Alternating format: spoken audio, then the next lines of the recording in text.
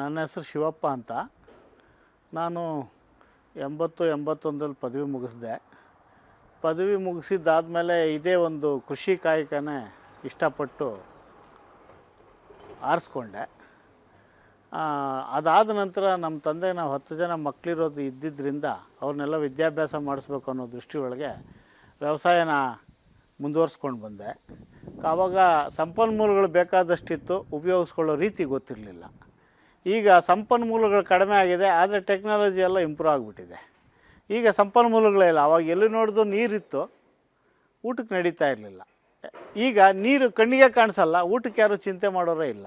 ಇದು ಏನು ನಿದರ್ಶನ ಅಂದರೆ, ಒಂದು ಹೈಬ್ರಿಡ್ ತಳಿ ಬಿತ್ತನೆ ಬೀಜಗಳು, ಪೆಸ್ಟಿಸೈಡ್ಸು, ಇನ್ಸೆಕ್ಟಿಸೈಡ್ಸು, ಅದರ ಜೊತೆಗೆ ತಂತ್ರಜ್ಞಾನ ಬಹಳ ಎತ್ತರಕ್ಕೆ ಬೆಳೀತು. ತಂತ್ರಜ್ಞಾನ ಆವತ್ತು ಹಳ್ಳಿಗಳಲ್ಲೂ ತಂತ್ರಜ್ಞಾನ ಅನ್ನೋದು ಗೊತ್ತೇ ಇರಲಿಲ್ಲ. ಬರೀ ಮ್ಯಾನ್ ಪವರಿಂದನೇ ಮಾಡಬೇಕಾಗಿತ್ತು ಅವಾಗೆಲ್ಲ.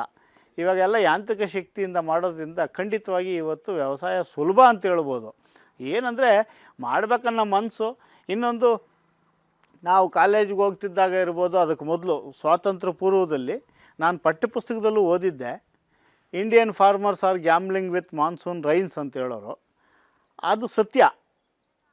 ಅದು ಬ್ರಿಟಿಷರು ಹೋದ ಮೇಲಂತೂ ಈ ರೈತರು ಇವತ್ತು ಗ್ಯಾಮ್ಲಿಂಗ್ ವಿತ್ ಮಾರ್ಕೆಟು, ವಿತ್ ಈ ಗೊಬ್ಬರದವ್ರ ಜೊತೆಯಲ್ಲೂ ಗ್ಯಾಮ್ಲಿಂಗ್ ಮಾಡಬೇಕು, ಲೇಬರ್ ಜೊತೆ ಒಳಗೂ ಗ್ಯಾಮ್ಲಿಂಗ್ ಮಾಡಬೇಕು, ಮಾರ್ಕೆಟಿನ ಜೊತೆಯಲ್ಲೂ ಗ್ಯಾಮ್ಲಿಂಗ್ ಮಾಡಬೇಕು.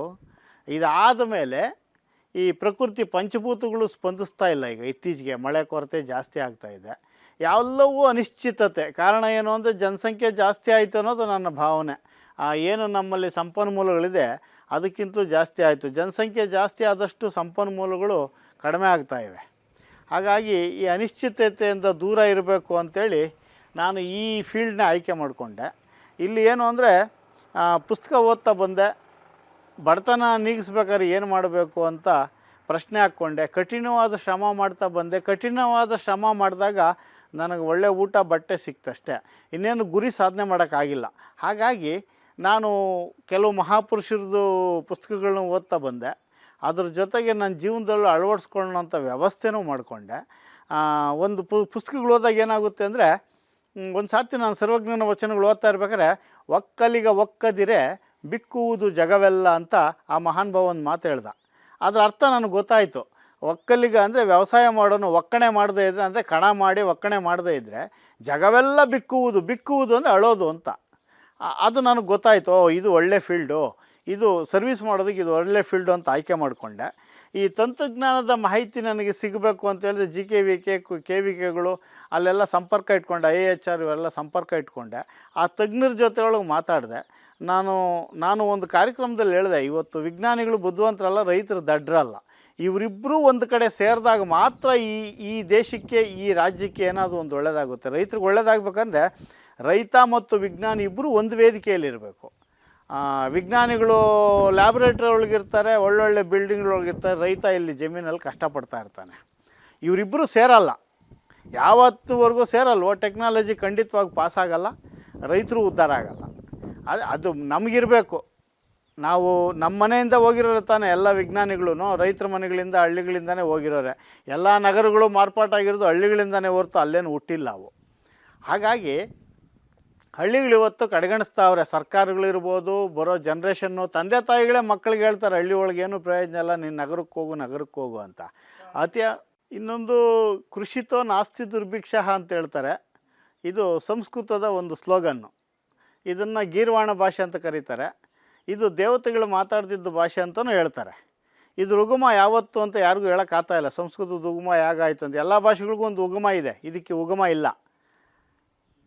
ಕೃಷಿತೋ ನಾಸ್ತಿ ದುರ್ಭಿಕ್ಷಃ ಅಂದರೆ ಕೃಷಿ ಮಾಡಿದವ್ರಿಗೆ ದುರ್ಭಿಕ್ಷ ಬರಲ್ಲ ಅಂತ ಇದರ ಅರ್ಥ. ಇದನ್ನು ನಂದು ಜೀವನದಲ್ಲಿ ಗುರಿಯಾಗಿಟ್ಕೊಂಡೆ ಕೃಷಿ ಮಾಡೋಕ್ಕಾಗ್ತದೆ. ಖಂಡಿತವಾಗಿ ನನ್ನ ಹತ್ರಕ್ಕೆ ದುರ್ಭಿಕ್ಷೆ ಇದುವರೆಗೂ ಬಂದೇ ಇಲ್ಲ. ಹಾಗಾಗಿ ಇದನ್ನೇ ನಾನು ಮಾಡಿಕೊಂಡೆ. ನಾನು ವಿಶ್ವವಿದ್ಯಾನಿಲಯದಲ್ಲಿ ಕಲ್ತಿರೋದಕ್ಕಿಂತಲೂ ಹೆಚ್ಚಿನಾಗಿ ಈ ಬಡತನ ಅನ್ನೋ ವಿಶ್ವವಿದ್ಯಾನಿಲಯ ನನ್ನ ಈ ಮಟ್ಟಕ್ಕೆ ತಂದು ನಿಲ್ಲಿಸ್ತು. ಇಲ್ಲಿ ಕಲಿಯುವಂಥ ಪಾಠ ಇನ್ಯಾವ ವಿಶ್ವವಿದ್ಯಾನಿಲಯದಲ್ಲೂ ಸಿಗಲ್ಲ ಬಡತನದಲ್ಲಿ. ಯಾಕೆಂದರೆ ಸಮಾಜ ನಮ್ಮನ್ನು ನೋಡೋ ರೀತಿಯೇ ಬೇರೆ. ಆಹಾರದಲ್ಲಿ ನಾನು ಜಾಸ್ತಿ ನೊಂದು ಬೆಂದು ಆಹಾರದ ಅಭಾವ ಜಾಸ್ತಿ ಆಗಿರೋದಕ್ಕೆ ಏನು ಮಾಡಬೇಕು, ಕಠಿಣವಾದ ಶ್ರಮ ಪಟ್ಟು ಒಳ್ಳೆ ಜ್ಞಾನ ಸಂಪಾದನೆ ಮಾಡಿಕೊಂಡು ಪುಸ್ತಕಗಳು ಓದಿ, ಮಹಾನುಭಾವ್ರ ಚರಿತ್ರೆಗಳು ಓದಿ ಒಂದು ಅಷ್ಟೋ ಸಂಪಾದನೆ ಮಾಡಿಕೊಂಡು ವ್ಯವಸಾಯದಲ್ಲಿ ಮಾಡಿದೆ. ಪೋಷಕಾಂಶಗಳ ನಿರ್ವಹಣೆ ಬಗ್ಗೆ ತಜ್ಞರ ತಾ ಮಾತಾಡ್ತಾ ಬಂದೆ. ಅದನ್ನು ನಾನು ಸ್ವತಃ ಅಪ್ಲೈ ಮಾಡಿದೆ. ಇಲ್ಲಿ ಸಾಯಿಲ್ ಅಪ್ಲಿಕೇಶನ್ ಮಾಡಿ ಕೆಲಸ ಮಾಡಿದೆ. ಪೋಷಕಾಂಶಗಳ ನಿರ್ವಹಣೆಯಲ್ಲಿ ಮನುಷ್ಯನಿಗೆ ಏನೇನು ಬೇಕೋ ವಿಟಮಿನ್ಸು, ಪ್ರೋಟೀನ್ಸು, ಮಿನರಲ್ಸು, ಕಾರ್ಬೋಹೈಡ್ರೇಟ್ಸು ಗಿಡಗಳಿಗೂ ಅದು ಬೇಕು. ನಾವು ಹೇಳ್ತೀವಿ, ಅವು ಹೇಳಲ್ಲ. ಅವು ತನ್ನ ಬೇಕು ಬೇಡಗಳನ್ನು ಎಲೆಗಳ ಮೂಲಕ ತೋರಿಸ್ತವೆ. ಈ ನೋಡೋ ಅಂಥ ಜ್ಞಾನ ರೈತನಿಗಿರಬೇಕು. ಆವಾಗ ಖಂಡಿತವಾಗಿ ಅವನು ಸಕ್ಸಸ್ ಆಗ್ತಾನೆ. ಇನ್ನೊಂದು ಒಡನಾಟ ಇಟ್ಕೊಂಡಿರಬೇಕು. ತಾಯಿ ಮಗುಗೆ ಏನು ಸಂಪರ್ಕ ಇರುತ್ತೆ ಚಿಕ್ಕ ವಯಸ್ಸಲ್ಲಿ, ಆ ಸಂಪರ್ಕ ವ್ಯವಸಾಯಕ್ಕೂ ನಮಗೂ ಸಂಪರ್ಕ ಇರಬೇಕು. ಆಗ ಗಿಡಗಳು ನಮಗೆ ಕೇಳ್ತಾವೆ, ನನಗೆ ಇಂಥದ್ದು ಸಾಲದು ಇಂಥದ್ದು. ಯಾಕಂದ್ರೆ ನಾವು ಪ್ರತಿನಿತ್ಯ ನೋಡ್ತಾ ಇರ್ತೀವಲ್ಲ, ನೆನ್ನೆ ಹೆಂಗಿತ್ತು, ಬೆಳಗ್ಗೆ ಹೆಂಗಿತ್ತು, ಮಧ್ಯಾಹ್ನ ಹೆಂಗಿದೆ, ಸಾಯಂಕಾಲಕ್ಕೆ ಹೆಂಗಿದೆ ಅಂತ ಅಬ್ಸರ್ವ್ ಮಾಡಿಬಿಟ್ಟು ಅದರ ಬೇಕು ಬೇಡಗಳು ನಮ್ಗೆ ಗೊತ್ತಾಗ್ಬಿಡುತ್ತೆ. ಆವಾಗ ನಾವು ಫೀಡ್ ಮಾಡ್ಬೋದು. ಅದರಲ್ಲಿ ಏನು ಕೀಟಗಳಿಗೆ ಬಾಧೆ ಇದೆಯಾ, ಹುಳ ಹುಪ್ಪಟೆಗಳ ಬಾಧೆ ಇದೆಯಾ, ಅಥವಾ ಏನಾದರೂ ವೈರಸ್ದೇನ ಬಾಧೆ ಇದೆಯಾ ಅಂತ ಗೊತ್ತಾಗ್ಬಿಡುತ್ತೆ.